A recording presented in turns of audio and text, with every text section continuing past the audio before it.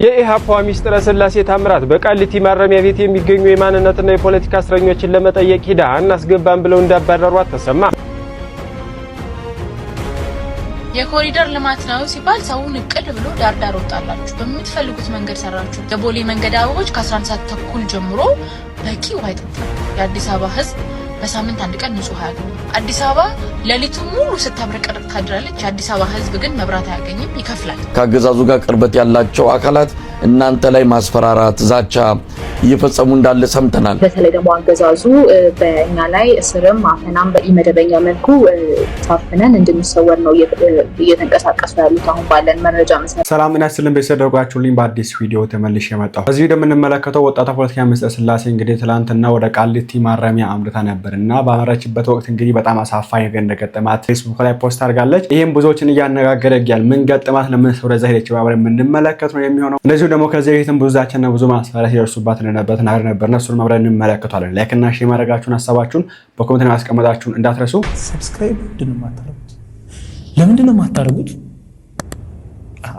መጀመሪያ እንግዲህ አሁን ላይ አሉ ከሚባሉ ወጣት ፖለቲከኞች ማለት እንግዲህ ሚስጥረ ስላሴ ቀደምት ወይ ደግሞ ከሚታወቁ ፖለቲከኞች ማለት አንዷ ናትና ትላንትና እንግዲህ ወደ ቃሊቲ ማረሚያ ቤት አቅንታ ነበርና ያው ለማታውቋት ወይ ደግሞ ምን ያክል ጠንካራ ጅኖች ለማታውቋት ይሄ ቪዲዮን እንጀምር።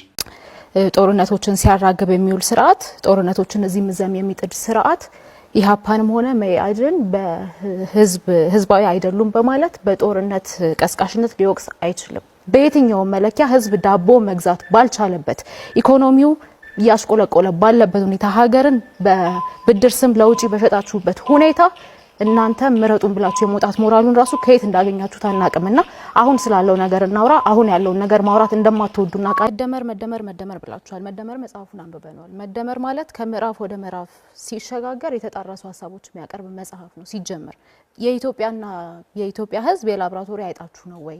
ኢትዮጵያስ የእናንተ ቤተ ሙከራ ናት ወይ የሚለውን እንድትመልሱልን እንፈልጋለን።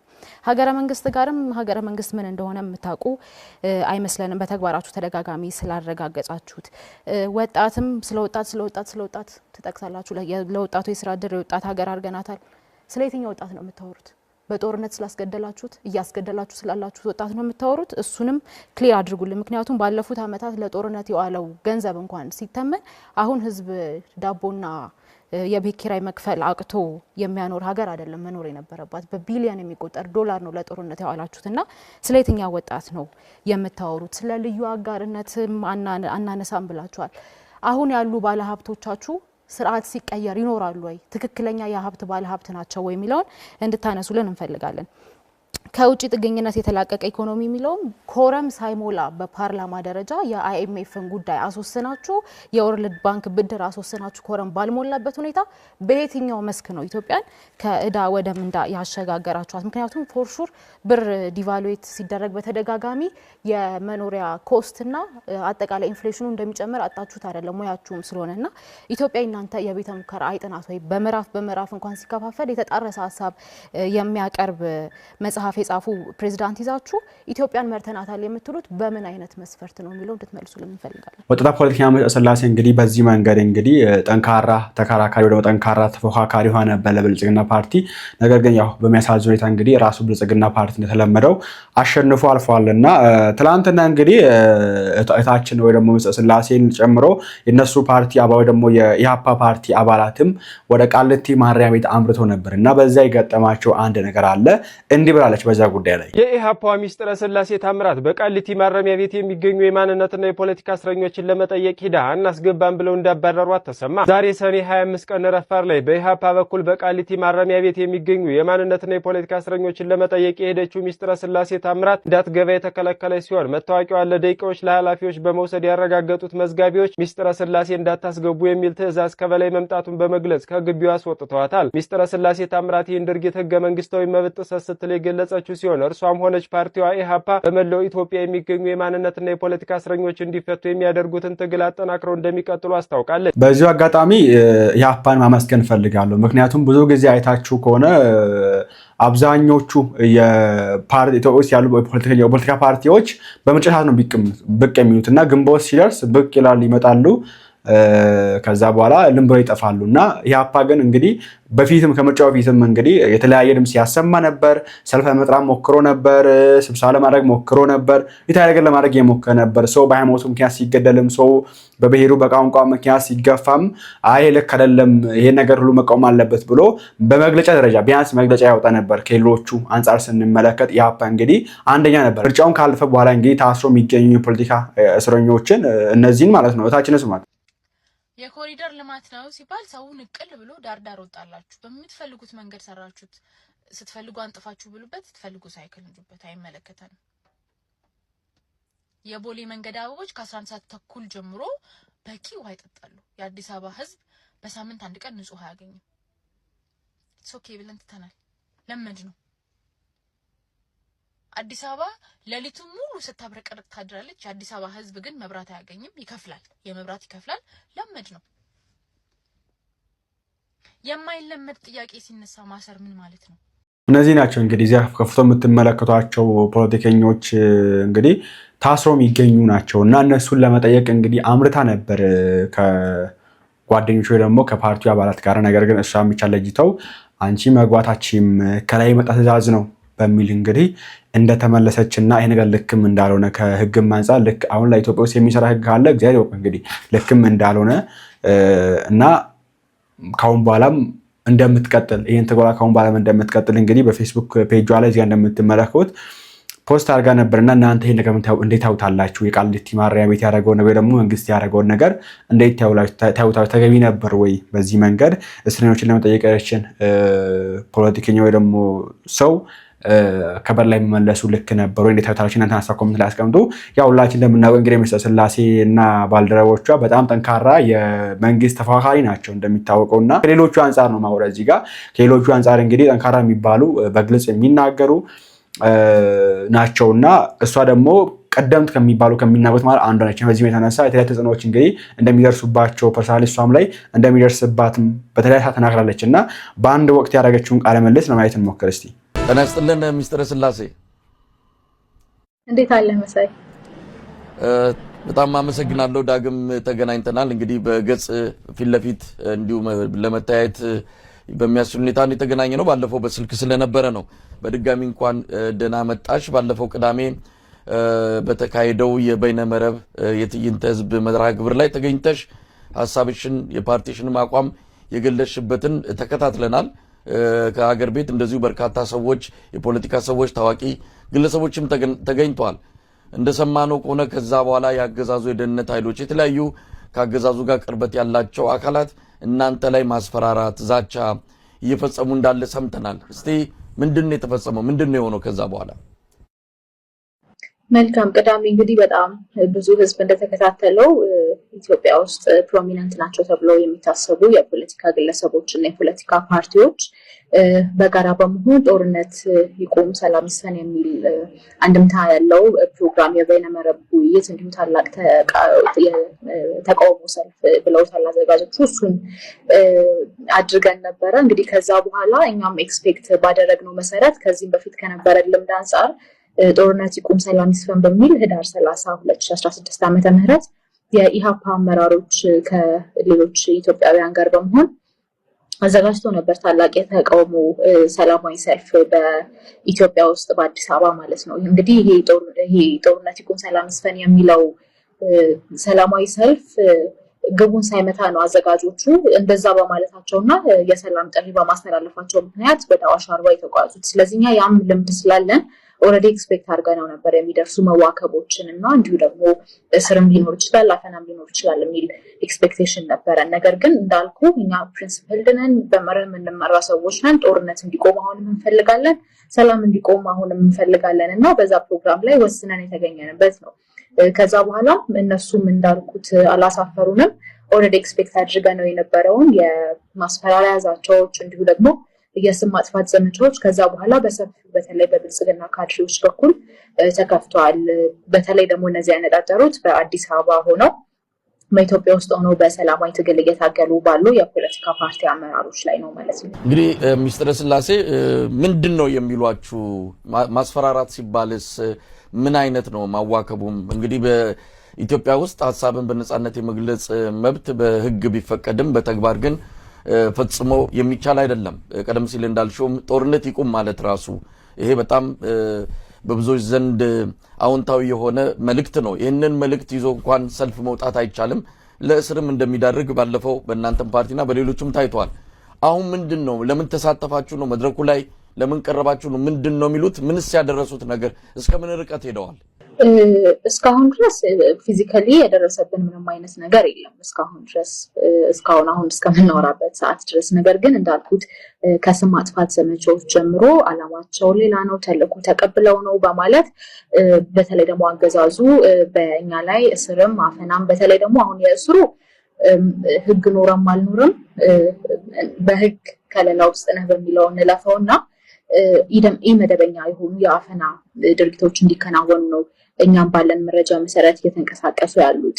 እንዳልኩ ፖለቲከኛ ስትሆን መረጃዎችን ማጣራት አለብህ ይኖርብሃል፣ ይሄ የሚታወቅ ነገር ነውና እኛ ባለን መረጃ መሰረት ባገኘነው መረጃ መሰረት በኢመደበኛ መልኩ ታፍነን እንድንሰወር ነው እየተንቀሳቀሱ ያሉት። አሁን ባለን መረጃ መሰረት እንዳልኩት አሁን እስክናወራበት ደቂቃ ድረስ ምንም አይነት ፊዚካል የሆነ ወይ አካላዊ የሆነ ጥቃት አልደረሰብንም ከስም ማጥፋት ውጪ ማለት ነው። ይሄ ነው አሁን እየሆነ ያለው። ስለዚህ ምናልባትም በድንገት ታፍኖ የመሰወር ወዳልታወቀ ቦታ የመወሰድ እንግዲህ ስርዓቱ ባለፉት 6-7 ዓመታት ከበፊቱ ከቀደመው ስርዓት በተለየ ሁኔታ ደብዛ የማጥፋት የት እንደሚያስር እንኳን መረጃ የማይሰጥበት ለቤተሰብ ለጓደኛ በማይታወቅበት ሁኔታ መሰወር፣ አካላዊ ጉዳት አድርሶ ደግሞ የሆነ ቦታ ላይ መጣል፣ እንዲህ አይነት የማፊያ ተግባር እንደሚሰራ ይታወቃልና ይሄ ነው ሊፈጸም ይችላል የሚል መረጃ ነው ያላችሁ? ከዚህ አንፃር ስትሰጋላችሁ? አዎ ይሄ ነው ያለን መረጃ። ማንም ሰው እንደምታውቀው ምንም ጥያቄ ተመልሶ የለው ማንም ሰው ጉዳት እንዲደርስበት አይፈልግም። ነገር ግን አሁንም ቢሆን አስረግጠን የምንናገረው አገዛዙ ሰላማዊ ሰዎችን የፖለቲካ ፓርቲ አመራርና አባላትን በማሰር በማፈን ስም በማጥፋት የተለያዩ ዘመቻዎችን በመክፈት የሚያስቆመው የትኛውም አይነት ትግል እንደሌለ ልንናገር እንፈልጋለን። አሁንም ቢሆን ይህንን እያወራን ያለነው ከቅድመ መከላከል አንጻር እንጂ ትግሉ ይቆማል ወይ እኛም ደግሞ ወደኋላ እንላለን ከሚል እንዳልሆነ ህዝብም ሊረዳ ይገባል። አገዛዙን በደንብ አስረግጦ ሊረዳው የሚገባው ነገር እስከዛሬ ሲያደርግ እንደነበረው ሰዎችን በማሰር በማፈናቀል ሀሳብ የሚያንጸባርቁ አካላትን በማሸማቀቅ ሊያስቆመው የሚችለው የትኛውም አይነት ትግል እንደሌለ ነው። ምናልባት ሚኒስትር ሰሞኑን በአዲስ አበባ መጠነ ሰፊ የሆነ ፍተሻ እየተከናወነ ያለው የፖለቲካ ተቀናቃኝ ናቸው የሚባሉትን ብቻ ሳይሆን የራሱ መዋቅር ውስጥ ያሉ በብሔር ማንነት ሌላ የሆኑ እነዛን ጭምር በጥርጣሬ የሚሆን በሌላ መልኩ ያዙትን መሳሪያ መንጠቅ ከስራ የማስቆም ብዙ እርምጃዎችን የመፈተሽ የመበርበር መጠነ ሰፊ ዘመቻ ተከፍተዋል። ይህንን በይፋ የአዲስ አበባ ፖሊስ አሳውቆ ነው የጀመረውና ከዛ ጋር በተያዘስ የመጣባችሁ ያለ አደጋ አለ? ይሄ በዘመቻ መልክ በመጣው ፍተሻና ብርበራ እስካሁን በተለይ ራሱ ወንከይ ሲናገር እስካሁን በዛ በኩል የደረሰብኝ ነገር የለም። የደረሰባቸው የፓርቲ አመራሮችም እንዳሉ መረጃው የለኝም። ነገር ግን አሁን እዚህ ጋር ሁለት ነገር መረዳት ያስፈልጋል። አንደኛ ብልጽግና የራሱ የሚባል ሰው የለውም። አስሎንጋዝ አገልግሎት እስካለ አስሎንጋዝ ስርዓቱ እንዲቀጥል እስከጠቀምክ ድረስ ነው የምትኖረው።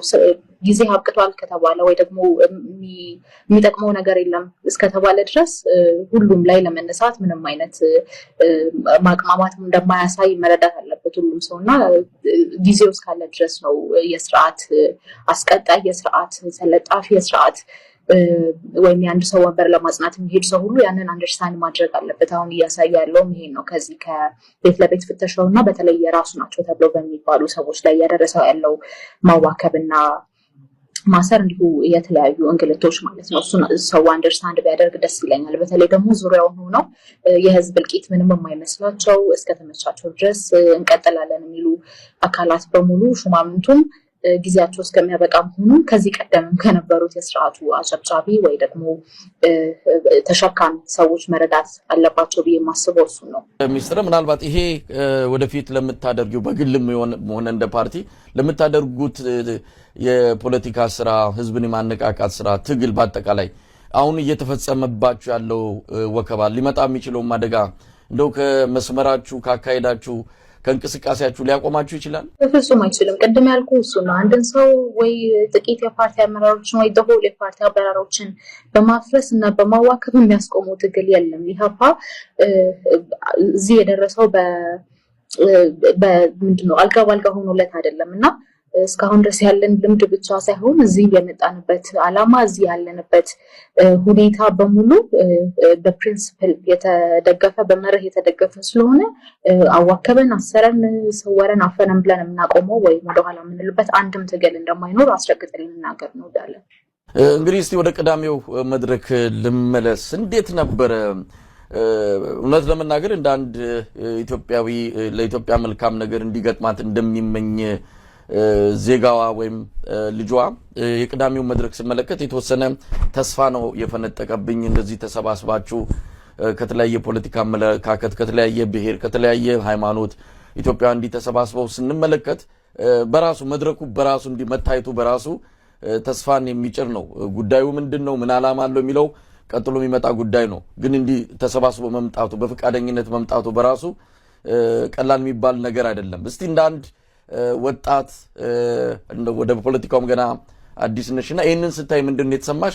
እንዴት ነበረ መድረኩስ? በአጠቃላይ መድረኩን ቅድም እንደተናገርኩት አምነንበት ነው የተገኘ ነው። በተለይ ደግሞ እኛ አቋማችንን ለሰላም በሩ ክፍት ከሆነ የትኛውም ኢትዮጵያዊ አካል ጋር እንሰራለን የሚል ነው እምነታችንም መርሃችንም። ስለዚህ የነበረው ሁኔታ ደግሞ አይተህ ከሆነ በዋናነት መልእክቶቻችን የነበሩት ጦርነት ይቁምና ሰላም ይስፈን፣ ህዝቡ የተሻለ ኑሮ ዲዘርቭ ያደርጋል፣ ይገባዋል፣ ሰላማዊ የሆነ ከጦርነት የጸዳ የሚል ነውና ይሄ ሁሉ በሆነበት ሁኔታ በተለይ እንዳየው ደግሞ በጣም ብዙ የፖለቲካ አመለካከት ያላቸው ከተለያየ የሀገሪቱ አካባቢዎች የመጡ በእድሜም በጣም የተለያየን ሰዎች የነበርንበት ፕሮግራም ነውና ያ በራሱ ከዚህ ቀደም በተለይ ደግሞ አገዛዙ አንድ ላይ እንዳይሰሩ አድርጌያቸዋለሁ፣ ሊተያዩም እንኳን አይፈልጉም የሚላቸው የፖለቲካ ኃይሎች የፖለቲካ አካላት አንድ ላይ ተገናኝተው ስለ ሰላም ሲያወሩ መዋላቸው በራሱ ትልቅ ጅማሩ ነው።